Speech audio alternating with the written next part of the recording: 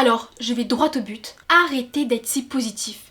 Aujourd'hui, je vais vous parler de positivité toxique. Je sais que ça a l'air étonnant dit comme ça, puisqu'il est supposé n'y avoir rien de toxique là-dedans. Vous avez remarqué, on entend partout ce genre de conseils. The 3 things that I did to start feeling more positive. I started waking up earlier. Positivity, positivity, positivity, positivity, positivity, positivity. Si vous voyez toujours pas ce que je veux dire par positivité toxique, je vous explique. C'est lorsque la positivité nous est présentée comme la vérité absolue. Comme si le fait d'être triste ou en colère était forcément une erreur, le mauvais choix. Concentre-toi sur ce que tu as. Il y a des gens qui vivent bien plus pire. Mais non. Tu vois ce que je veux dire ? Imagine, tu as reçu une mauvaise nouvelle. Tu es brisé de l'intérieur et tu le vis super mal. Tu as besoin d'extérioriser. Et tu le fais. Puis, tu as cette personne qui ne ressent rien de ce que tu ressens sur le moment, qui ne l'a jamais ressenti et qui ne le ressentira peut-être jamais. Et qui te dit... Sois positive. Hein ? Pardon ? Sois positive et vois le verre à moitié plein, au lieu de le voir à moitié vide. Ressens de la gratitude d'être arrivé jusqu'ici. Il y a des gens qui n'ont pas eu cette chance. Oui, en gros, reste positive, c'est la seule solution. Et en vrai, je comprends. La positivité a de nombreux avantages. De nombreuses études montrent que la positivité peut booster notre santé mentale et physique. Les personnes qui maintiennent une attitude positive sont souvent moins stressées, ont même une meilleure santé cardiaque et peuvent même avoir une espérance de vie plus longue. En gros, lorsqu'une personne positive fait face à des obstacles et à des échecs, elle y verra des leçons, des opportunités d'apprentissage, une manière d'en ressortir plus forte. Et ça te permet de surmonter toutes les difficultés. Du moins, c'est comme ça qu'on te le vend. Parce que oui, c'est cool tant que tu arrives à surmonter les difficultés, mais ça l'est moins quand tu commences à vivre dans le déni et à les ignorer. On entre dans la positivité toxique. La positivité toxique. Oui, un concept où l'on promeut la positivité à tout prix. C'est lorsqu'on invalide les émotions négatives et que la positivité est la réponse à tous les problèmes. On ne laisse ni la place aux situations douloureuses ni aux situations blessantes. On les ignore totalement, on les fuit indirectement. Alors oui, il y a bien des situations où il faut se forcer à être positive, comme lorsque tu penses que la vie ne vaut pas le coup d'être vécue, ou que tu renonces à te battre pour tes rêves. Oui, force-toi à être positive quand tu es dans le mal à 100%. Et je sais que c'est plus facile à dire qu'à faire, t'inquiète, on y reviendra. Dans tous les autres cas, pourquoi se forcer à être positif ? Comme si le fait d'être triste ou en colère, c'était un signe de faiblesse. À force de voir le verre à moitié plein, tu risques de ne pas voir que le verre fuit réellement. Et c'est là les limites de la positivité. Les émotions négatives, même si c'est pas agréable, elles ne sont pas là pour rien. Et oui, les émotions négatives ne sont pas que des réactions modernes face à des frustrations quotidiennes. Tes émotions ne sont rien de plus que des signaux d'alerte qui sont là pour te protéger. Je tombe plus dans tes pièges. Tu sais que nous, les humains, notre cerveau a évolué pour détecter les dangers. C'est un instinct de survie. On a besoin de reconnaître les menaces potentielles qui nous entourent pour savoir comment les gérer. Alors oui, d'une certaine manière, c'est dans notre nature. Les pensées positives, c'est merveilleux. Elles jouent aussi un rôle important dans notre bien-être. Mais face à des situations de menace, notre réaction instinctive n'est pas toujours positive, car la détection du danger est essentielle pour notre survie. L'espèce humaine n'aurait jamais survécu autant de siècles si elle avait été uniquement positive. Donc si ça peut te rassurer, la prochaine fois que tu boiras du noir, dis-toi que c'est une réponse naturelle de ton cerveau pour te protéger. La peur par exemple était vitale pour la survie de nos ancêtres. Elle les a alertés face à des dangers immédiats comme la présence d'un prédateur. Cette alerte permettait une réaction rapide quand il était question de vie ou de mort. Le dégoût nous a aidés à éviter des substances ou des situations susceptibles de nous rendre malades ou de nous intoxiquer. La colère a servi de moteur pour se défendre et se protéger.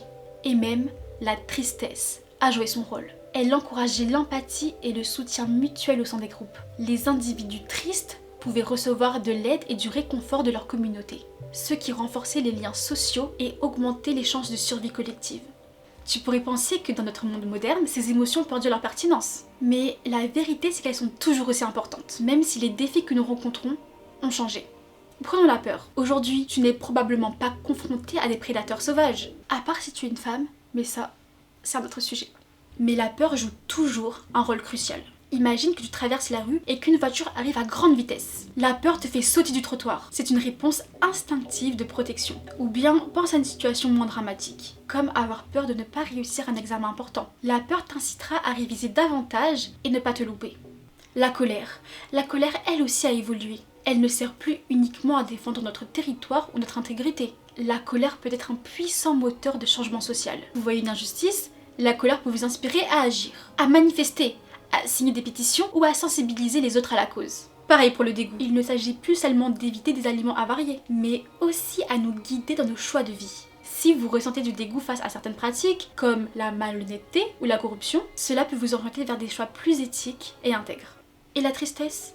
Elle renforce toujours nos liens avec les autres. Imagine qu'un ami partage sa peine avec toi à cause d'une rupture amoureuse. Ta capacité à ressentir de la tristesse en empathie renforce votre amitié et crée une connexion plus profonde. La tristesse nous rappelle que nous sommes des humains et nous permet de soutenir les autres dans leurs moments difficiles. Comme on l'a vu, nos émotions négatives sont toujours des signaux d'alerte précieux. Se forcer à toujours être positif, c'est comme ignorer les alarmes de notre système d'alerte interne. On va reprendre le même exemple que tout à l'heure. Imagine que ton ami sort d'une rupture amoureuse. Eh bien, ne lui dis surtout pas de rester positif ou de voir le verre à moitié plein. Je sais que tes intentions sont bienveillantes, mais Ne le fais pas. pense à quel point c'est dévastateur que quelqu'un te dise « Regarde le bon côté des choses, tu n'as pas le temps d'être triste, tu as tellement de choses à accomplir. » Surtout quand tu cherches de la compassion et qu'on te regarde dans les yeux et qu'on te dit « Sois positif ». Ça invalide tes sentiments et tu te sens encore plus isolé. Donc ne fais pas ça avec ton ami. Tu es triste? Arrête. Surtout que la tristesse est un signal important auquel il doit prêter attention. Il ne doit pas l'ignorer avec une fausse positivité. Déjà, ignorer cette tristesse peut entraver le processus naturel de guérison. De plus, traverser des périodes de tristesse peut amener à une profonde introspection. C'est utile quelque part. C'est une occasion de mieux se connaître, de réfléchir sur soi-même. Expérimenter la tristesse et d'autres émotions difficiles peut renforcer l'empathie envers les autres. Au final, ignorer les émotions négatives peut avoir plusieurs conséquences. Une répression émotionnelle pour commencer. Cette répression peut générer du stress et de l'anxiété et peut conduire à des problèmes de santé mentale plus graves comme la dépression. Et puis, toujours afficher une positivité forcée peut conduire à une perte d'authenticité émotionnelle. Qu'est-ce que ça veut dire?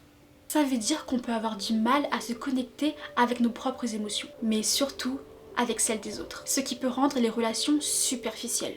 Mais le pire, c'est que maintenir constamment une façade positive, surtout quand vous n'êtes pas vraiment, peut conduire à ce qu'on appelle un burn-out émotionnel, où vous vous sentez vidé et incapable de faire face à des émotions supplémentaires. Tu comprends maintenant pourquoi il faut écouter ces émotions, toutes ces émotions, et pourquoi on parle alors de positivité toxique. Alors, que faire? On reste dans la négativité? Non. Tout d'abord, pour terminer avec l'exemple où ton ami sort d'une rupture amoureuse, au lieu de pousser à la positivité, il serait peut-être plus utile d'écouter activement et de reconnaître les sentiments de ton ami. Montre que tu comprends sa douleur et que tu es là pour le soutenir. Parfois, le meilleur soutien qu'on peut offrir, c'est simplement d'être présent et d'écouter sans jugement, ni conseil non sollicité. Encourage ton ami à exprimer ses sentiments. Dis-lui que c'est normal d'être blessé. Et si c'est quelque chose qui dure et que tu n'es pas en mesure de lui apporter une solution, en dehors de ton soutien et de ton écoute, alors n'hésite pas à le conseiller à consulter un thérapeute. Enfin bref, un professionnel dont c'est le travail. Ça vaut pour ton ami, mais aussi pour toi, hein. Je ne dois pas ressentir des émotions négatives. Quand je ressens, je culpabilise. Je me sens faible. Je ne devrais pas. Non, laisse-toi un temps pour ressentir ce que tu dois ressentir, plutôt que de renier ces émotions. Comprends-les, interprète-les et agis en conséquence. La positivité n'est pas la solution miracle à tous tes problèmes, notamment en ce qui concerne ta santé mentale. Ce n'est pas parce que tu vois le verre à moitié plein que ça va bien dedans. Laisse-toi le temps d'exprimer tes émotions, de pleurer, de t'énerver, de crier, de rire ou même de stresser. Enfin bref, plus sérieusement, n'écoute pas tout ce que tu peux voir sur les réseaux sociaux. Toutes ces astuces pour être soi-disant positives, comme tenir un journal de gratitude. Dedans, tu dois écrire tous les jours une liste de choses dont tu es reconnaissant. Mais j'ai jamais vu quelqu'un dire qu'on peut se livrer dans ce journal. Non, tu dois toujours mettre du plus, quitte à te mentir à toi-même. Comme on te le conseille avec la tendance That Girl. Bref, je vais pas revenir dessus, j'en ai déjà fait toute une vidéo. Je vous mets le lien en barre d'infos ou en description. En tout cas, n'oublie pas, c'est ok de ne pas être ok. Tout Tout n'a pas à être tout blanc ou tout noir. Si t'as un coup de mou, laisse le temps faire son œuvre. Par contre, ne te mets pas en couple juste pour te reconstruire.